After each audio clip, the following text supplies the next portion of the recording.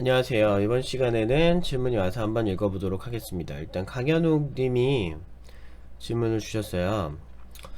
요즘 코틀린이 많이 이슈화가 되고 있는데 자바 vs 코틀린이라는 주제로 팀장님의 견해를 듣고 싶습니다. 왜 자꾸 둘이 싸움을 붙이려 그러지? 그러니까 일단은 저는 약간 전제부터 틀렸다고 생각을 해요. 둘 중에 하나만 골라야 하는 이유가 일단 첫 번째 필요해요. 근데 둘 중에 하나를 골라야 되는 상황은 사실 안드로이드 개발 쪽밖에 없는 것 같거든요. 근데 그런 면에 있어서는 코틀린을 쓰는 게 장기적으로는 좋다는 생각은 들지만, 안타깝게도 저는 둘 다 하라는 입장이에요. 왜냐면 언어를 가지고 뭐가 좋다 나쁘다라고 말하는 것 자체를 원래 좋아하지 않아요. 그리고 그런 개발자들 원래 되게 싫어하고. 그러니까 얼마나 그 언어 공부하는 게 되게 게으르고 하기 싫으면 저런 주제로 하나만 하려고 하는지 모르겠어. 일단 두 개 다 해보고 장단점을 스스로 느끼면은 좀 다를 수 있거든요. 뭐 이렇게 어떤 언어마다 뭐가 좋다 뭐가 좋다라고 각자 자기네들이 주장하는 것들이 있어요. 대표적으로 뭐 오브젝티브 C 같은 경우도 옛날에 오브젝티브 C 되게 좋다고 막 사람들이 얘기할 때 이게 스몰 토크의 영향을 받아서 뭐 대화식이라도 되게 좋다라고 하는 개발자들이 있는 반면에, 제가 해봤을 때 존나 헷갈려요. 무슨 대화식이야 뭐 이러면서 되게 싫어했거든요 저는. 그런 것처럼 사실은 상대적이라고요. 그래서 직접 해보면은 좋은 거죠. 코틀린이 지금 얘기하고 있는 장점은 이제 그런 거죠. 이렇게 우리가 뭐 상대적으로 에러 처리에 좀 더 유연하고, 그리고 코드가 간결하다라고 하는데, 가르치는 입장에서는 코틀린의 간결한 그런 코드가 오히려 어떤 때는 독이 되는 때가 있어요. 그래서 너무 간결하니까 이제 하나하나 풀어서 얘기를 해줘야 돼서 조금 더 힘들 때가 있거든요. 그런 면에서 봤으면은 그냥, 근데 저는 근데 코틀린도 좋다고 생각해요. 코틀린 되게 좋고. 근데 굳이 우리가 코틀린만 이 둘만 싸움을 붙여야 되는지 잘 모르겠어. 이게 되게 유치한 거고 되게 그런 거거든요. 지금 뭐 C가 뭐 좋다 뭐가 좋다 맹신하는 개발자들도 보면, 그 개발자의 특징이 뭐냐면 특정 언어만 거의 주로 파던 사람, 자기가 메인 언어라고 생각하는 것만 막 훌륭하다고 얘기하고 있거든. 되게 유치하거든요. 근데 우리가 뭐 실제로 막 그 격투기도 이거랑 되게 비슷한데, 어떤 격투기 보면은 뭐 이렇게 태권도가 제일 세다 뭐 무에타이가 제일 세다 막 이래가지고 막상 이종 격투기 때 싸우면은 사실 센 거는, 그러니까 보통 센 거는 여러 가지를 같이 연마한 사람이 세잖아요. 뭐 그런 거 복싱도 하고 뭐 주짓수도 하고 무에타이도 하고 이런 사람이 세잖아요. 저는 그 각자 장단점이 있는 것 같아요, 언어마다. 그래서 그런 식으로 보는 게 맞다. 그래서 이런 거 싸움 붙이는 거 별로 좋지 않아요. 왜냐면 편협한 시각만 배울 뿐이죠. 그래서 특정 언어를 맹신하는 개발자들 그렇게 선호하지 않고요. 그리고 이제 기갱한 팀장님이나 저나 그리고 팀노마 팀원들이나 보통 여기서 공부할 때 언어 3, 4개는 보통은 해나가는 것 같아요. 그리고 코틀린으로 일하는 친구들도 많은데 아직 자바 베이스로 일하는 친구들도 많아요. 근데 이제 그런 측면 말고 이제 좀 다른 측면으로 얘기를 드릴게요. 그래서 일단 저는 기본적으로 그냥 다 좋다라고 생각하고 장단점이 있다라고 생각하는 그런 편이다라는 걸 먼저 말씀드리고요. 유치해요. 싸움 붙이지 마세요. 그리고 두 번째는 일단 그런 이슈가 있었어요. 일단 자바가 오라클에서 소송에서 패했죠. 그래서 오픈 JDK로 갈아타고 있는 중인데, 그런 식으로 이제 소송에서 패소해서 구글이 이거 완전히 오픈소스가 아니니까, 그러니까 그 이전부터 얘기한 오라클에 지금 자바 만든 사람이 자바로 오라클을 팔았단 말이에요. 그래서 오라클 소유인데 거기서 어떤 일정 조약을 구글에서 지키지 않은 거예요. 그냥 사용은 해도 되는데 조약을 완벽하게 지키지 않은 소송에서 패소를 했어요. 그래가지고 오픈 JDK로 지금 넘어간 시점에 구글이 이제 존나 빡쳤겠죠. 빡쳐가지고 그러면 우리 그 코틀린을 한번 해볼까? 왜냐면 그 이전에 공식으로 지원하기 전에도 코틀린이 사용할 수가 있었어요. 왜냐면 코틀린이 자바 코드와 100% 호환이 되거든요. 그래서 코틀린으로, 근데 왜 호환이 되냐면 JVM이라는 것 때문인데, 자바 버추얼 머신이라고 해서, 근데 이미 NDK에서도 이런 디테일이 있긴 한데 이제 중간에 연결하는 번역가가 있다라고 생각하시면 돼요. 그래서 언어가 다른데 번역가가 있으면 소통할 수 있잖아요. 그런 형태를 변화시켜주는 게 JVM이라고 생각하시면 돼요. 그래서 지금 뭐 NDK에서도 인터페이스라고 해서 중간 다리 역할하는 거를 좀 둬서 우리가 C나 C++를 사용할 수 있는 거거든요. 근데 그런 것처럼 중간 다리를 누가 나서 그냥 사용할 수 있었던 거죠. 근데 이제 공식 지원을 한 거는 7월 2017년 5월인가 6월인가 그때 시작을 했으니까 이제 공식 지원을 한다는 건 아무래도 좀 더 편하게 개발할 수 있다. 이게 됐다는 거죠. 근데 그 이전에 또 문제가 있었어요. 왜 코틀린을 자꾸 이제 지원하느냐. 그 이전 시대에 지금 제가 좀 몸살 기운이 아직 있어서 좀 약간 이상한 소리에도 이해 좀 해주세요. 그 이전 시대에 그 자바의 고질적인 문제, 보안적인 문제가 좀 있었어요. 자바가 오래되기도 했고, 오래된 걸 떠나서 일단 점유율이 높으니까 많은 보안 취약점이 나오거든요. 대표적으로 웹 쪽에서 보안 취약점 제일 많이 나온 서버가 아파치 서버 같은 거예요. 왜 그러냐면 점유율이 제일 높았고 오래됐으니까. 그리고 PHP도 보안 취약점 되게 많이 나왔었어요. 왜냐하면 웹에서 점유율이 제일 높으니까 전 세계에서. 그래서 공격했을 때 취약할 확률이 높으니까.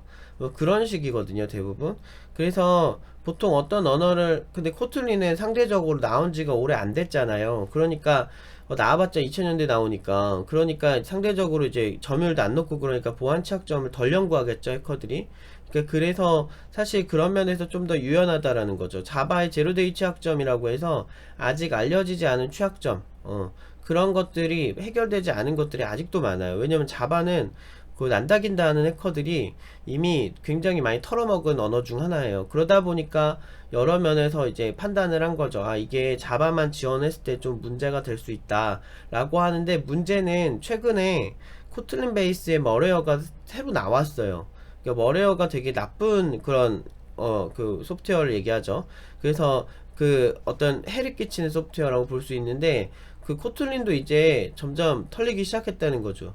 그러니까 새로운 언어가 나왔을 때 아직 취약점이 덜 나왔다고 이제 좀 선호하는 경향이 있긴 한데, 물론 이제 그런 효과도 있죠. 이걸 해커가 다시 연구를 해가지고 취약점을 찾아내고 이런 게 자바보다는 훨씬 유연하긴 하겠지만, 결국에는 어떤 언어든 점유율이 높아지면 취약점이 많이 나올 수밖에 없다 라고 생각을 합니다. 그래서 그렇지만 자바처럼 아예 손을 댈 수가 없는 그런 제로데이 보다는 아직은 밝혀지지 않은 게 많으니까, 그런 면에서 코틀린이 되게 그러니까 일반 상용 서비스 좀 보안적인 측면에서, 물론 이제 뭐 그거 말고도 보안 테크닉이 되게 많지만 어떤 면에서는 더 유연하다고 볼 수 있다는 거죠. 그렇지만 또 거기서 세계관을 또 좁히시면 또 안 돼요. 거기서 한 단계 우리가 생각을 더 해봐야 되는 게, 일단은 코틀린 말고도 대안 언어들이 많아요. 예를 들어서 JVM에서 그 해석이 가능한 언어면은 상관이 없거든요. 그 언어 대표적으로 뭐 파이썬도 있고, 사실은 뭐 스칼라도 있고, 저는 개인적으로 스칼라를 좀 눈여겨보고 있거든요. 그래서 스칼라도 있고, 그리고 되게 많아요. 일단은 이런 언어들이 되게 많아서 사실은 구글이 마음만 먹고 우리가 조금 더 수고롭고 막 그런 게 있어서 그렇지, 가능성은 다 열어두셔야 된다는 거예요. 그래서 막 특정 언어를 너무 맹신하고 그러는 거 진짜 위험하니까, 제 유튜브를 보고 아니면 뭐 팁노바 유튜브를 보고 팁노바 블로그를 보시고 저의 영향을 좀 받고 싶으시면 좀 이런 의견을 많이 그러니까 좀 해주셨으면 좋겠어요. 왜냐면 진짜 요즘은 멀티랭귀지가 딱히 그렇게 막 자랑할 거리는 아니거든요. 그냥 뭐 솔직히 어디서 뭐 좀 한다는 사람들 보면 랭귀지를 그닥 중요하게 생각 안 해요. 그러면은 이제 코드 최적화 막 존나 중요하게 생각하는 그런 개발자들이 그러겠죠. 코드 최적화를 위해선 이 언어를 존나게 잘해야 돼 뭐 이렇게 생각할 수 있겠지만, 자료 구조라는 거는 어떤 언어에서도 비슷하게 구현을 할 수 있는 거예요.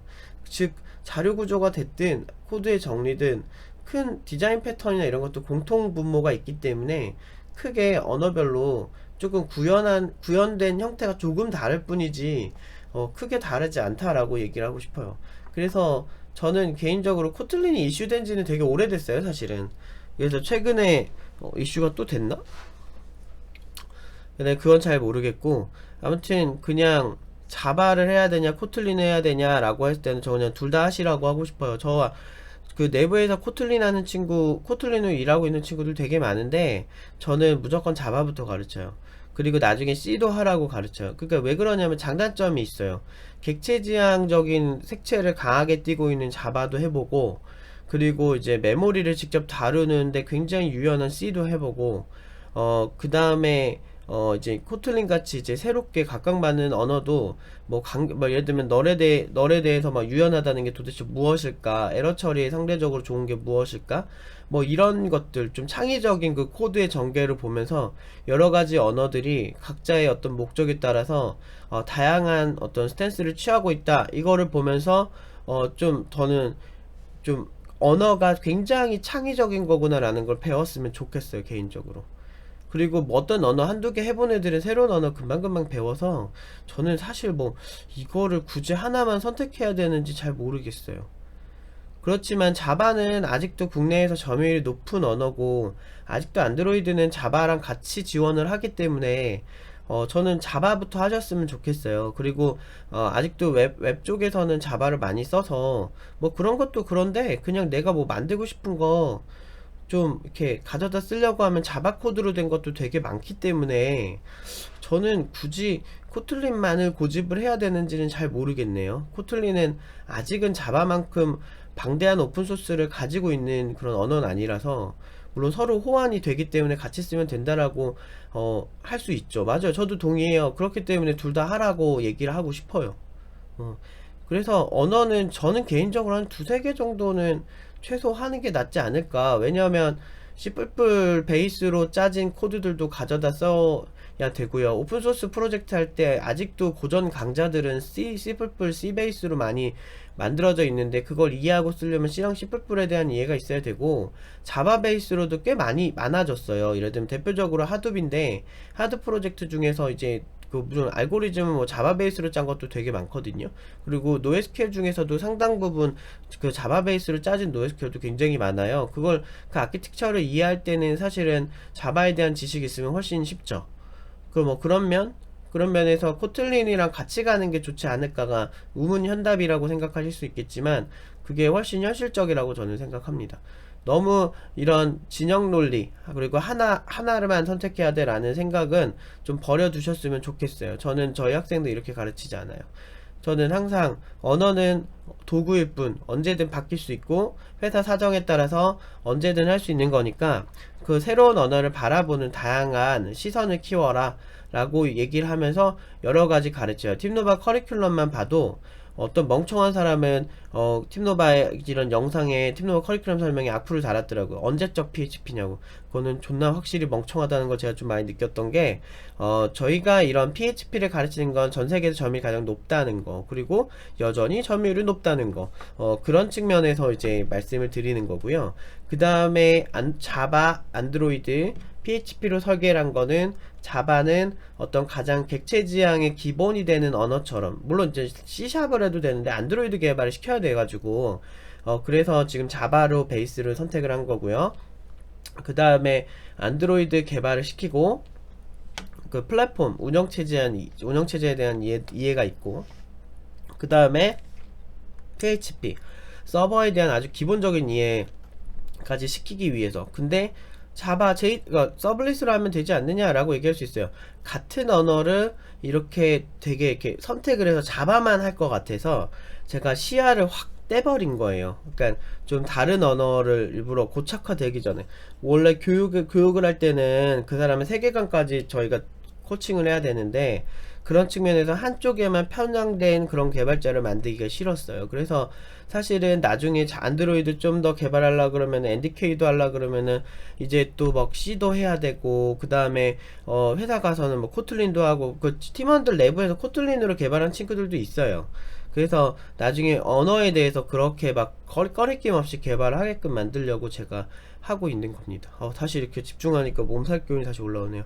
아무튼 여기까지 답변을 드리도록 하겠습니다.